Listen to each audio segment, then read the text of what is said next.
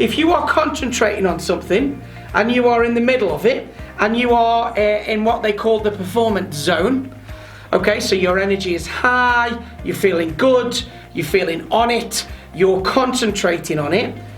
If something makes you shift, okay, goal or parameters makes you shift into something else, then it can take up to 25 minutes when you finish that shift, when your attention's gone away from that again. It can take up to 25 minutes to get back to the same level of concentration that you were in before.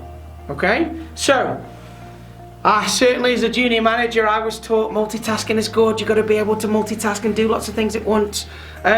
Research in current times, year after year after year, tells us that research generally says multitasking is not as effective as doing one job at a time and doing that one job well.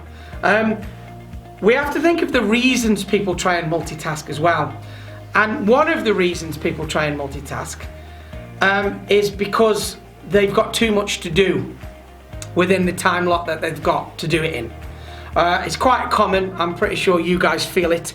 I certainly feel it as well. But my diary system tries to ensure I don't multitask. It tries to ensure I do one thing at a time in the order that I need to do it. Does that always work? No, because there are distractions that come in during the day, and we'll talk about them in a moment. But on the times that I have flitted from thing to thing to thing to thing to thing to thing, I don't get things done quickly at that point, and I'm sure some of you guys will probably feel the same when you're going from this to that to this to that. Now, don't get me wrong, there are times Lorraine's put, I can't do it properly. No, it's difficult. It's actually challenging. You're challenging the brain more than doing one thing at a time and doing that one thing well, even if the second thing might have to wait 5 or 10 minutes.